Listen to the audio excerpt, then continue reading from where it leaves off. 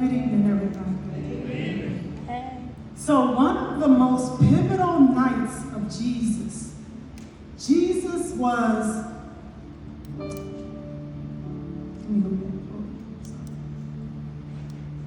So one of the greatest acts of Jesus was, he was waiting and he was silent in front of Pilate.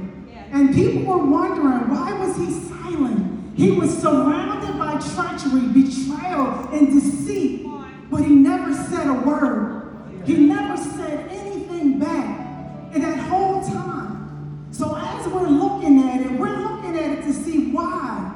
Why didn't Jesus say anything? Why did he remain a silent man? And what did his silence mean for us today?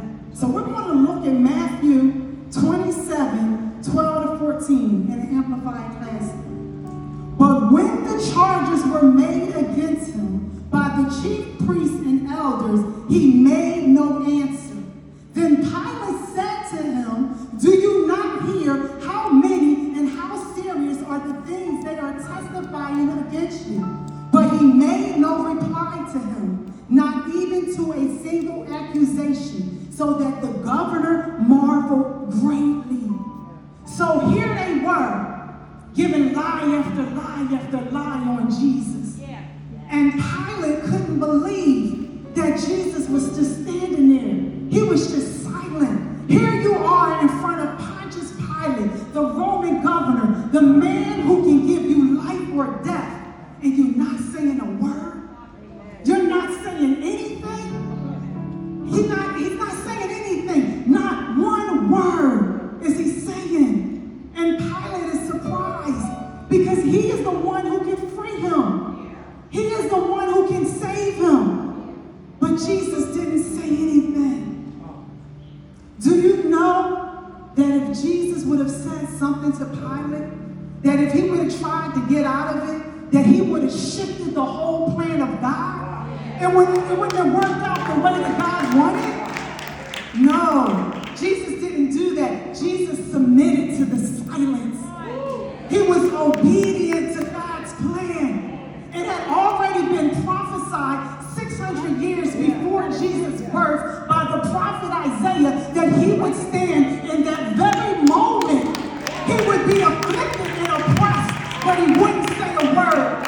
He would be like a lamb to the slaughter, and he wouldn't say anything. Jesus is the silent lamb. Did you hear what I said? Jesus is the silent lamb. He was silent because he had the cross ahead of him. He was silent because destiny was calling him. He was silent so that your life could speak. He had eternal life and mind. He wanted you to be free. That was his plan. So I'm giving you a charge today. Let his silence speak to you. Let his silence speak to your heart. Some people may say, I'm not like Jesus. I can't do that. What they did to me was too bad. They said some awful things about me. I don't get down like that.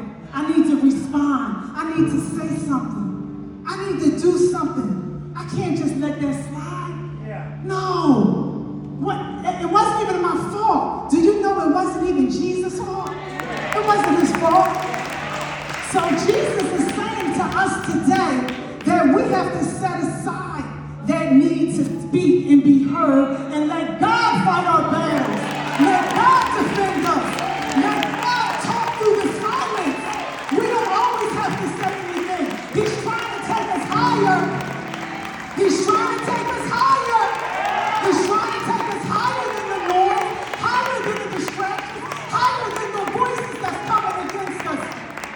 He's telling you right now that his voice should be the highest voice in your life.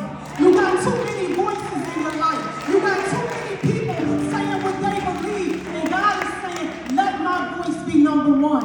You can do it. You can do it. He said that we have the mind of Christ. We have the strength of Christ. We have the power of Christ. Oh, I'm so grateful that I can be steady under pressure. I can be calm in confusion. I can be steady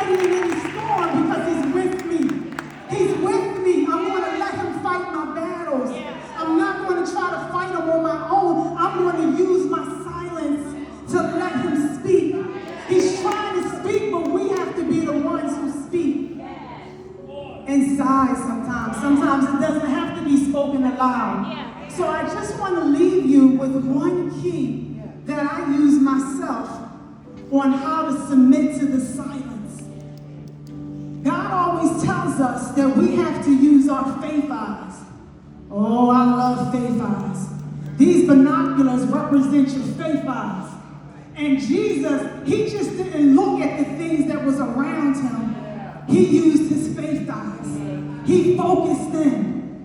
It said that he endured the shame. He endured the problems. He endured the suffering.